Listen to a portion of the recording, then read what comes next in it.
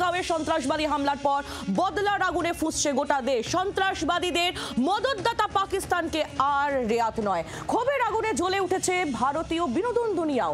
এবার ভারতে পাক শিল্পীদের নিষিদ্ধ করার পক্ষে গর্জে উঠল federation of western India cine employees. এ নিয়ে একটি বিবৃতিও জারি করা হয়েছে। পাকিস্তানি কোনো শিল্পীর সঙ্গে কাজ করতে পারবে না এফডব্লিউআইসির সদস্যরা। কোনো সদস্য পাকিস্তানি শিল্পী বা কলাকুশলীদের সঙ্গে কাজ করলে তার বিরুদ্ধে কড়া ব্যবস্থা নেওয়া হবে। পাশাপাশি তার সঙ্গে কাজ করা বন্ধ করে দেওয়া হবে বলেও হুঁশিয়ারি দিয়েছেন western India cine employees general secretary Ashok Dubey.